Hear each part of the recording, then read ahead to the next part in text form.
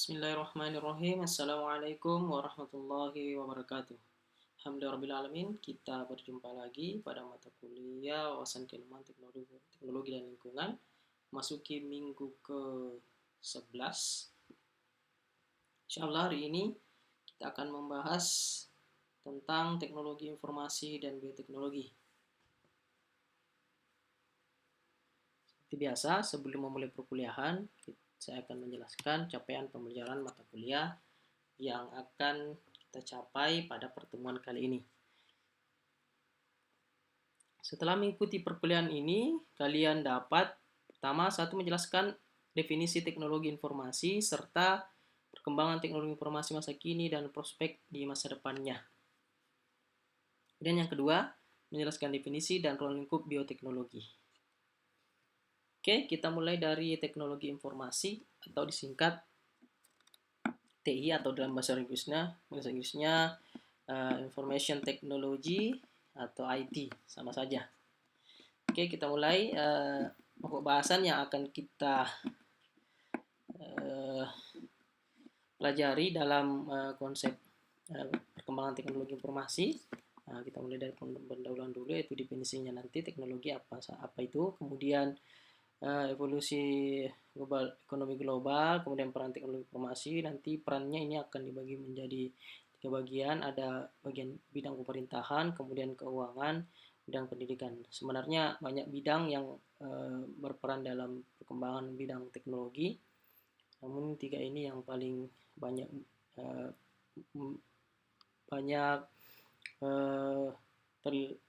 terlibat dalam penggunaan atau dukungan teknologi informasi. Bidang pendidikan sendiri ini karena kita merupakan bagian pendidikan, ini ada pendidikan jarak jauh seperti yang kita lakukan sekarang, kemudian pendidikan online sama di luar negeri, kemudian proses pendidikan online di Indonesia. Oke, kita mulai dari definisi teknologi informasi. Nah, sebenarnya teknologi informasi ini sudah sering kita dengar, apalagi di era 4.0 sekarang ini. Teknologi informasi kemudian dikenal dan sangat banyak membantu dalam kegiatan sehari-hari, temannya dalam kegiatan belajar mengajar yang telah kita lakukan sampai saat ini. Nah, istilah teknologi informasi ini juga sering disebut IT atau TI, sama ini IT ini bahasa Inggrisnya seperti yang saya bilang tadi, Information Technology bahasa Inggrisnya, atau disingkat Infotech.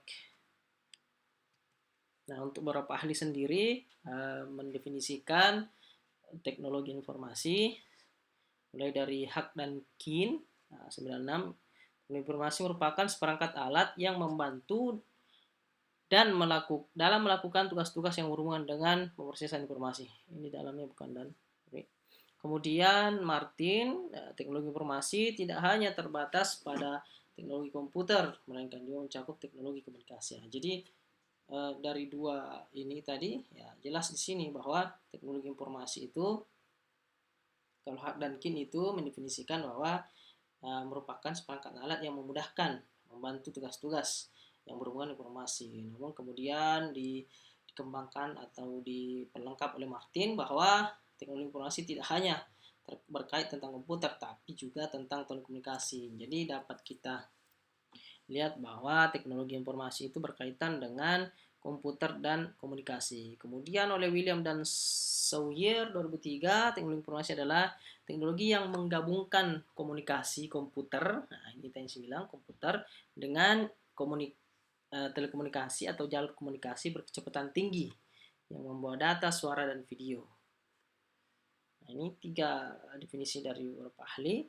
Nah, sehingga bisa disimpulkan bahwa teknologi informasi itu adalah sebuah teknologi yang mencakup bukan hanya teknologi komputer, tapi juga teknologi telekomunikasi.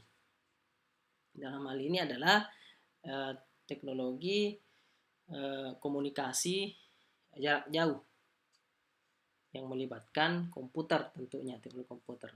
Teknologi komputer ini mencakup teknologi perangkat keras, hardware komputer dan pendukungnya, apakah itu software, apakah itu brandware-nya seperti yang saya jelaskan minggu-minggu sebelumnya, komponen-komponen teknologi, termasuk dalamnya hardware, brandware, know-how, itu termasuk semua, serta perangkat lunak yang dipergunakan untuk mengolah data menjadi informasi. Jadi teknologi ini mencakup semua teknologi komunikasi jarak jauh yang sebagian besar menggunakan teknologi yang canggih dan berkecepatan tinggi. Nah, itulah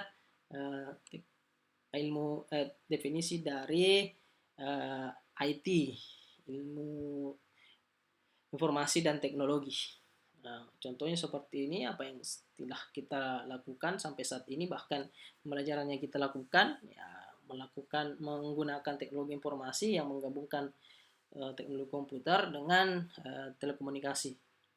Nah, ini kan melalui satelit ya, dari pemancar, dari server, kemudian dikirim ke satelit, nanti satelit akan mengirimnya ke penerima dari server, yaitu big data, kemudian dibawa ke satelit, kemudian satelit akan mengirimnya kembali ke penerima. Penerima di mana? Mau di rumah, di kantor, dalam mobil, di jalan, dan segalanya, dan di semua tempat. Nah, ini itu tadi teknologi informasi, ini teknologi komputernya. Nah, ini perangkat-perangkat komputer, apakah itu kamera digital, HP digital, kemudian tempat penyimpanan data, kemudian mikrofon, speaker, PC, ini CPU, ini hardware-nya semua. Brandware-nya adalah otaknya komputer, Intel Inside misalnya, ataukah Celeron, yang otak komputer lah. Kemudian software yang digunakan, termasuk semua yang software aplikatif yang digunakan dalam menjalankan teknologi informasi dan komunikasi. Nah, ini teknologi komputer yang digunakan. Nah, kemudian kita lanjut ke fungsi teknologi informasi. Ya, fungsinya ini ada beberapa macam. Ini secara garis besar ya. Pertama adalah kita melihat dari definisinya sendiri, merupakan suatu alat yang digunakan untuk mengolah data. Nah, mengolah dalam artian ini, apakah dia memproses, mendapatkan data, kemudian menyusun data, menyimpan data, memanipulasi data. Nah, itu pula dengan mengirim data. Nah, jadi ada sistem di sini, ada tiga tingkatan, yaitu menerima, mengolah, dan mengirimkan. Nah, ini TI menghasilkan informasi yang berkualitas, baik itu yang relevan, akurat, tepat waktu. Nah, jadi teknologi informasi dan komunikasi ini merupakan perangkat atau teknologi yang tidak terbatas oleh ruang dan waktu. Nah, sudah tidak terbatas dalam waktu, pun dia sangat tepat sasaran, kemudian relevan, akurat, dan memudahkan penggunanya. Nah, seperti yang kita lakukan ini ya, ini sangat memudahkan meskipun dalam keadaan pandemi. Nah, penggunaan teknologi informasi ini ya merupakan teknologi atau alat yang sangat membantu dalam memudahkan kita mentransfer ilmu dari satu tempat ke tempat lain. Kemudian TI digunakan untuk keperluan pribadi. Nah, ini keperluan pribadi, kemudian bisnis, pendidikan. Nah, ini apa yang sedang kita lakukan, dan pemerintahan. Kemudian TI merupakan informasi yang strategis untuk pengambilan keputusan. Nah, ini fungsi-fungsi teknologi informasi yang secara umum dan telah kita rasakan sampai saat ini. Kemudian ini secara khususnya, fungsi teknologi informasi itu yang saya bilang tadi, ada 3 tingkatan sebenarnya, itu menangkap, capture nih, misalnya menerima input dari keyboard, scanner, mic, dan segalanya. Menangkap informasi, apapun informasi yang masuk dalam komputer. Nah, itu yang ditangkap, di capture, kemudian mengolah. Nah, informasi yang ditangkap ini kemudian diproses, datanya diproses, dimasukkan menjadi informasi. Kemudian dari sel proses ini akan menghasilkan apa yang dihasilkan, ya informasi yang telah di-load tadi. Nah, dalam bentuk apa? Nah, bentuknya bisa laporan, bisa tabel, bisa grafik, bisa PPT seperti yang kalian lihat. Kemudian bisa juga menyimpan atau storage, ya, karena ada fungsi menyimpan, fungsi penyimpanan data. Nah, makanya kemudian tempat penyimpanan data disebut iCloud atau disebut big data. Nah, itu tempat penyimpanan data yang sangat besar secara virtual, tapi dapat diakses kapanpun, dimanapun, nah sesuai dengan kebutuhan kita. Kemudian mencari kembali, ya ini yang saya bilang, kita sudah simpan, kita bisa mencari informasi dan data yang tersimpan, nah, kapanpun, dimanapun kita inginkan. Kemudian mentransmisi, nah, ketika kita membutuhkan, kita ingin mengirimnya ke seseorang atau instansi, nah, kita dapat mengirim data dan informasi tersebut dari suatu lokasi ke lokasi lain melalui jaringan komputer, menjadi jaringan telekomunikasi yang telah dipasang dalam perangkat komputer tadi. Nah, ini 1, 2, 3, 4, 5, 6, ini 6 adalah fungsi dari IT. Fungsi dari IT. Kalau tadi fungsi umumnya, ini fungsi khususnya dari IT.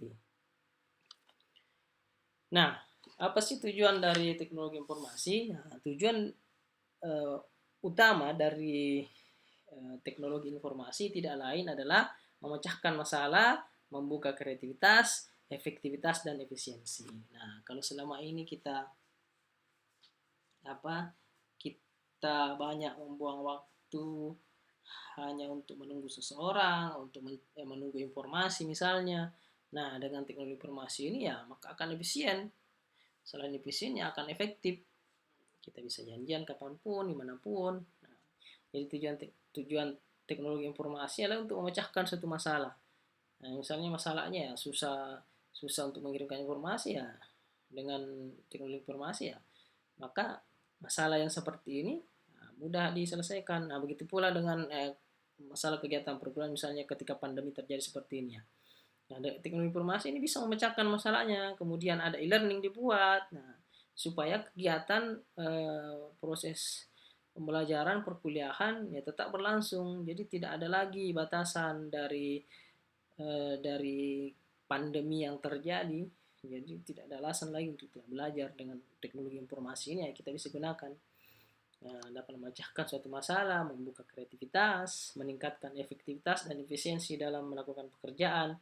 Nah, jadi dapat dikatakan karena dibutuhkannya pemecahan masalah, membuka kreativitas dan efisiensi manusia dalam melakukan pekerjaan, ini menjadi penyebab atau acuan diciptakannya teknologi informasi. Nah, dengan adanya teknologi informasi, ini akan membuat pekerjaan kita itu menjadi lebih mudah dan lebih efisien. Nah, itulah tujuan dilakukannya teknologi informasi, karena kan banyak kesulitan yang terjadi karena susahnya akses komunikasi. Kemudian dibuatlah teknologi informasi itu untuk memudahkan kita. Manfaatnya apa? Nah, manfaat IT dalam perkembangan kehidupan saya ini sangat banyak ya. Utamanya untuk pendidikan, kemudian industri, internet, berbagai jenis bisnis, bisnis online, sekarang saat ini sangat menjamur, kemudian bisnis-bisnis lain dan dunia lainnya yang sangatlah banyak berkaitan dengan teknologi informasi. Teknologi informasi ini memiliki peran yang sangat viral, utamanya untuk dunia bisnis dan pendidikan. Nah, apa yang kita lakukan ini tidak terlepas dari dunia teknologi. Penggunaan PPT di ruang kelas, penggunaan PPT PowerPoint untuk presentasi di kelas maya, kemudian penggunaan pointer, penggunaan komputer untuk membuat tugas-tugas dan lain-lain. Ini tidak terlepas dari peran teknologi informasi. Jadi manfaat IT dalam membangun suatu individu, perusahaan, ini bahkan sebuah negara. Sebuah negara ini sangat berdampak besar ya. Terbuktinya apa? Bahwa IT ini dapat menguasai individu. Nah, dapat menguasai individu, dapat membangun suatu individu, suatu organisasi, membangun suatu negara, membuat perkembangan, kemajuan. Mereka pun dapat dan bahkan sebaliknya, kita dapat menghancurkan seseorang, menghancurkan perusahaan, menghancurkan sebuah negara dengan perkembangan teknologi. Dapat kita lihat bahwa negara-negara yang maju, negara-negara berkembang merupakan negara-negara yang mampu memanfaatkan dan menguasai perkembangan teknologi informasi yang ada pada negara mereka. Jadi mereka betul-betul bisa memanfaatkan.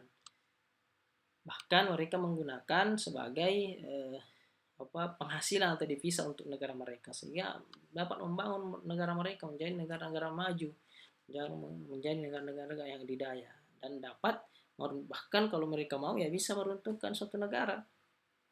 Nah, itulah kelebihan dari teknologi informasi ini. Nah, kemudian kita lanjut infrastruktur teknologi informasi. Nah, ini ada beberapa macam. Seperti yang saya jelaskan pertama, ini berhubungan dengan definisinya. Pertama ada perangkat keras, hardware.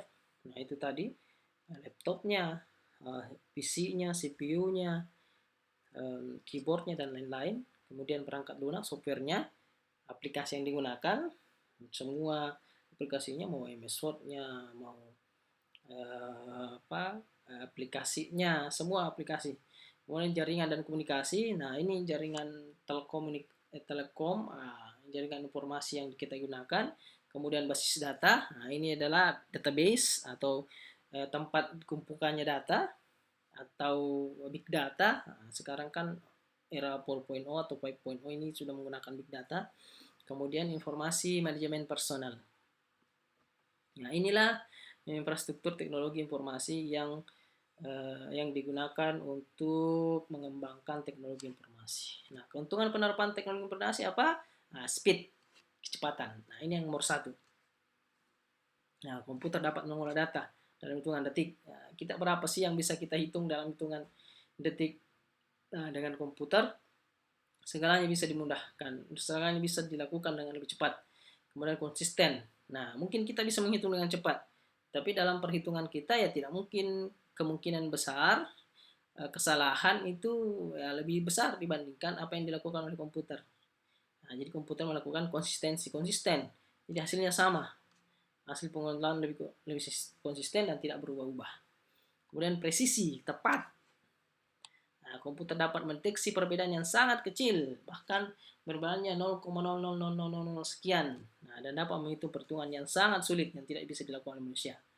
Kemudian reliability atau handal. Nah, ini data yang dihasilkan ini lebih dapat dipercaya dibandingkan manusia. Kenapa? Karena ketepatannya, konsistenannya, dan kecepatannya dalam mengolah data. Nah, itulah makanya dia lebih handal dan lebih percaya dibandingkan manusia sendiri. Ini keuntungan penerapan IT.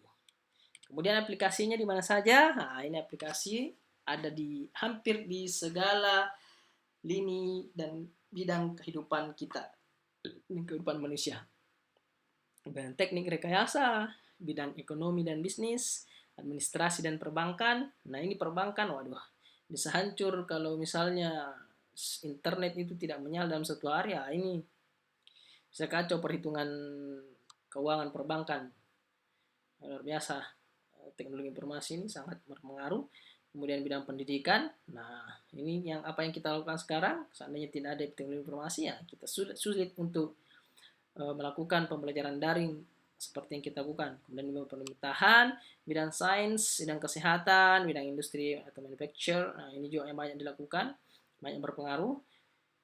Bidang transportasi, bidang pertahanan keamanan, bidang hiburan dan permainan, dan lain-lain. Masih banyak bidang-bidang yang menerapkan aplikasi dari teknologi informasi. Nah, ini contohnya yang di bidang pemerintahan, penggunaan e-government. Nah, e-government ini digunakan, diaplikasikan pemerintah sebagai bentuk pelayanan 24 jam untuk konsumen, untuk masyarakat. Nah, informasi dapat dicari dari rumah kita tanpa datang langsung ke kantor. Apakah dia misalnya di Capil, BPJS, dan lain-lain. Nah, ini tinggal diakses di rumah, ya, kita tidak perlu ke kantor.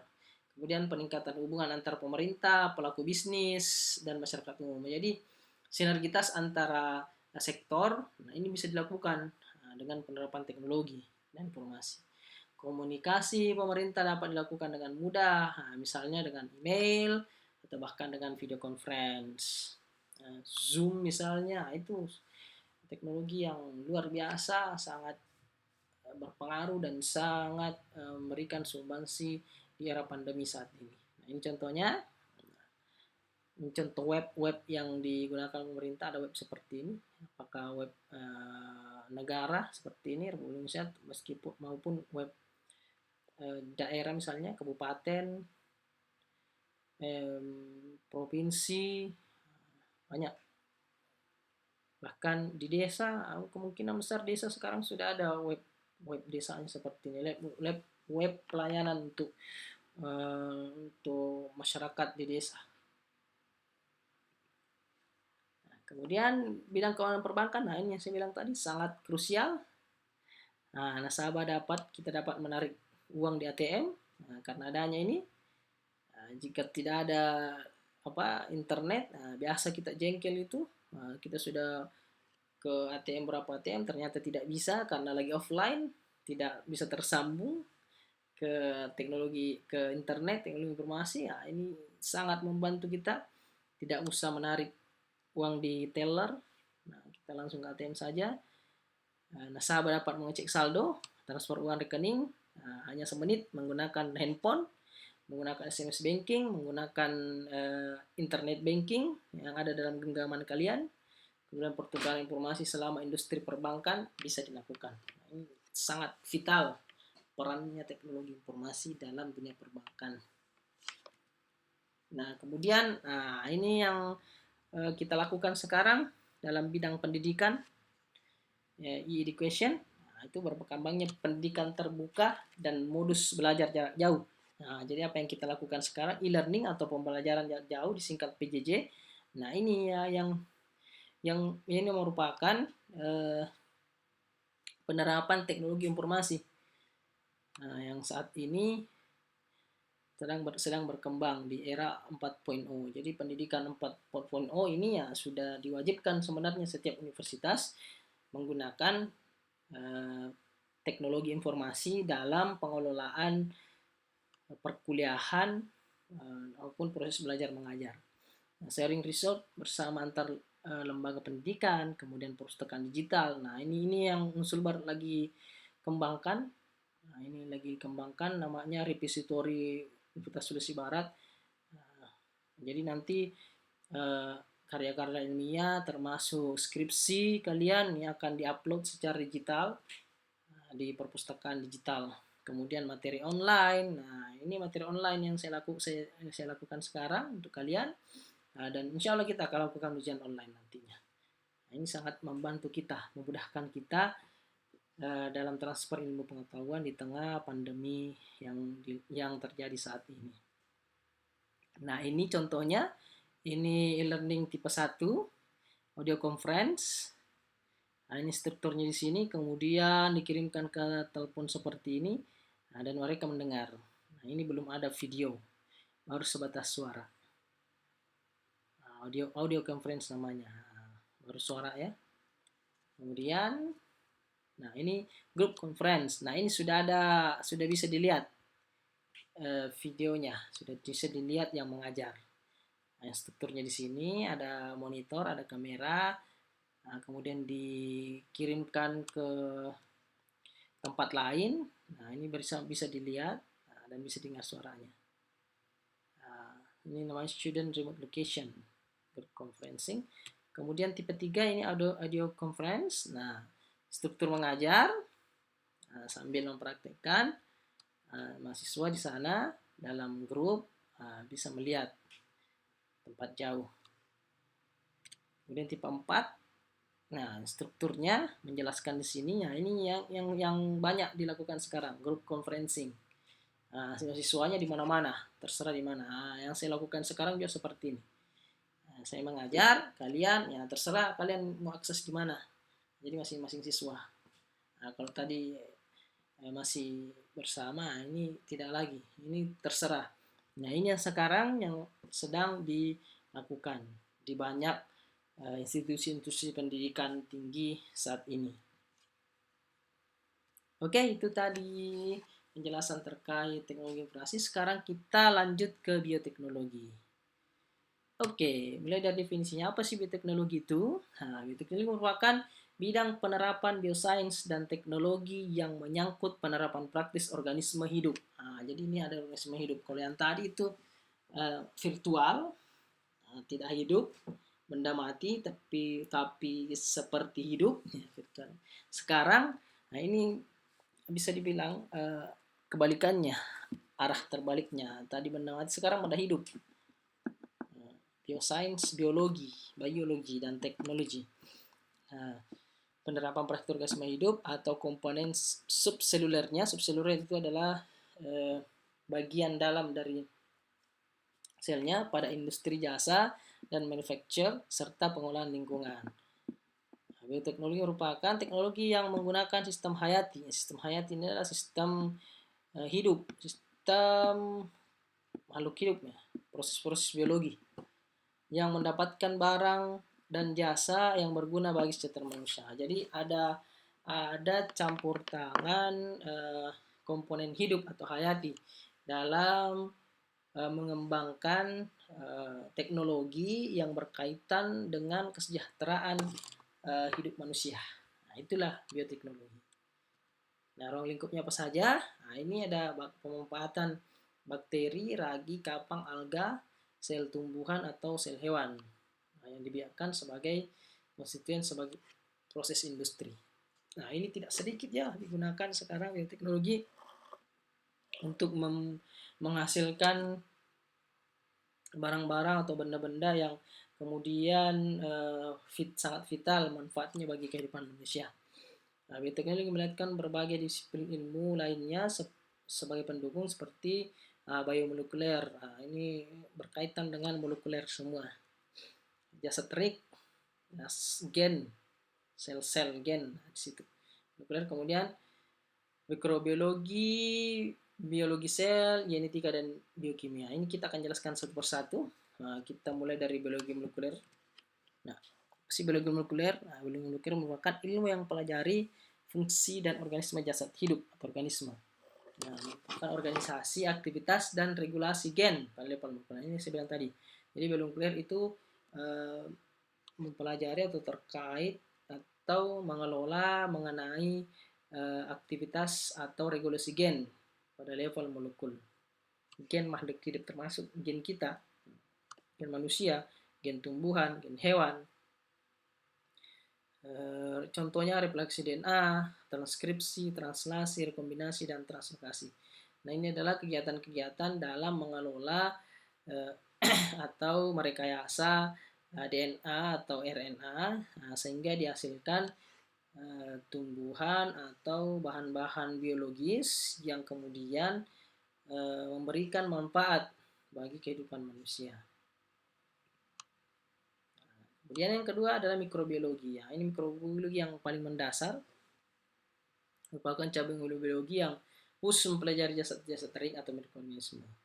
Nah, mikrobiologi ini berasal dari bahasa Yunani mikros atau kecil atau dan bios hidup dan logos pengetahuan. Jadi pengetahuan tentang makhluk hidup yang sifatnya kecil.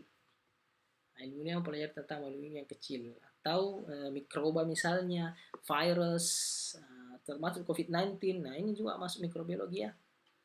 Kemudian makhluk hidup yang kecil-kecil tersebut, nah ini mikroba, virus, protista, jasad renik, semua. Jadi ilmu-ilmu tentang misalnya pembuatan alkohol, pembuatan minuman fermentasi seperti Yakult, yogurt. Nah, ini masuk semua di sini. Pembuatan tape, ragi, roti, nah di sini semua ya. Pelajari. Kemudian bioteknologi yang berkaitan dengan mikrobiologi. Bioteknologi itu tidak lepas dari mikroorganisme sebagai subjek pelakunya. Mikroorganisme yang dimaksud, itu tadi virus, bakteri, cendawan, alga, dan protozoa. Nah, ini terkait dengan COVID-19. Nah, ini juga yang berperan bioteknologi mikrobiologi. Kemudian ada genetika. Nah, ini saya rasa sudah semua dipelajari. Yang ambil biologi pasti ada genetika. Nah, berasal dari kata geno yang berarti melahirkan. Nah, ini mempelajari berbagai aspek yang menyangkut pewarisian sifat dan variasi sifat pada organisme maupun suborganisme. Nah, organisme seperti kita, organisme tingkat tinggi, sedangkan suborganisme itu adalah organisme-organisme yang bisa dikatakan hidup tapi tidak hidup, seperti virus. Nah, virus itu bisa dikatakan makhluk hidup, bisa dikatakan benda mati. Makanya disebutkan suborganisme. Terus dan prion. Prion juga jenis mikroorganisme yang bisa dikatakan makhluk hidup, bisa dikatakan benda mati. Nah, ini sejenis protein yang menginfeksi seperti virus, tapi bukan virus. Nah, kalau COVID-19 dia masuk jenis virus. Ada pula yang dengan singkat menyatakan bahwa genetika adalah ilmu tentang gen. Ya, ilmu tentang gen. Yang ilmu-ilmu yang berkaitan tentang pewarisan sifat, nah itulah genetika. Kemudian biologi sel. Nah, biologi sel merupakan disebut juga sitologi, dari bahasa Yunani kitos, kaitos, atau wadah, dan adalah ilmu yang mempelajari sel dan organelnya. Jadi biologi sel ini adalah ilmu-ilmu yang mempelajari sel-sel dan organelnya. Hal-hal yang dipelajari sifat-sifat fisiologis seperti struktur dan organel yang terdapat dalam sel, lingkungan dan interaksi sel, darur hidup sel, pembelahan sel, fungsi sel, hingga kematian selnya. Hal-hal tersebut dipelajari baik pada skala makroskopis maupun skala molekuler. Nah, makroskopisnya adalah yang bisa dilihat dengan mata, sedangkan molekulernya harus dilihat dengan mikroskop atau diekstrak, kemudian bisa dilihat. Nah, kemudian biokimia, ada kimia makhluk hidup, bio makhluk hidup, kimia. Jadi biokimia adalah kimia makhluk hidup. Adalah ilmu yang mempelajari struktur dan fungsi komponen seluler seperti proteinnya, karbohidratnya, lipid, asam nukleat, dan biomolekuler lainnya. Saat ini biokimia lebih fokus secara khusus terhadap kimia reaksi, termediasi enzim, dan sifat-sifat protein. Juga biokimia metabolisme sel. Nah, bidang lain dalam biokimia, ini bergabung dengan mikrobiologi tadi, ada sandi genetik, dengan genetika tadi, sandi genetik, DNA, RNA, sistem protein, angkutan membran sel, dan transduksi sinyal. Nah, saat ini penelitian biokimia digunakan di berbagai bidang, baik itu genetika hingga biologi molekuler dan pertanian kedokteran. Nah, ini banyak sekali digunakan dalam kehidupan manusia, utamanya dalam bidang kesehatan, bidang pangan, bidang pertanian, peternakan, dan lain-lain. Nah, ini ada rekayasa genetik terakhir, rekayasa seluler. Rekayasa seluler merupakan penerapan prinsip dan metode rekayasa untuk masalah sel dan biologi molekuler. Landasan rekayasa seluler ada teknologi kultur sel. Nah, ini juga kultur sel sudah banyak dilakukan, utama untuk kesehatan. Nah, sekarang sudah bisa di kultur selnya semua, bisa mulai dari ujung rambut sampai ujung kaki bisa semua. Nah, sehingga sangat memudahkan bagi orang-orang yang misalnya gagal ginjal atau gagal hati. Nah, ini bisa dikultur. Nah, dalam bidang pertanian, ini bisa dilakukan penanaman tumbuh-tumbuhan tanpa melalui biji, misalnya menanam daunnya, ini bisa tumbuh menggunakan kultur sel, meskipun tidak menggunakan biji dalam lingkungan. Nah, kemampuan untuk tumbuh sel-sel hidup dalam lingkungan buatan laboratorium rekayasa seluler. Rekayasa dalam penelitian biologi sel dasar dan dalam pembuatan produk yang menggunakan sel-sel hidup, misalnya teknik jaringan dan rekayasa bioproses. Nah, itu tadi yang menyangkut teknologi informasi dan bioteknologi. Semoga bisa diambil manfaatnya, bisa dimengerti perkuliahan kita kali ini. Insyaallah kita akan ketemu lagi minggu depan. Jika ada pertanyaan, Jangan sungkan-sungkan ditanya di grup. Grup sudah saya buka. Dan jangan lupa mengerjakan tugasnya. Saya tutup. Saya perkenalan kali ini. Assalamualaikum warahmatullahi wabarakatuh.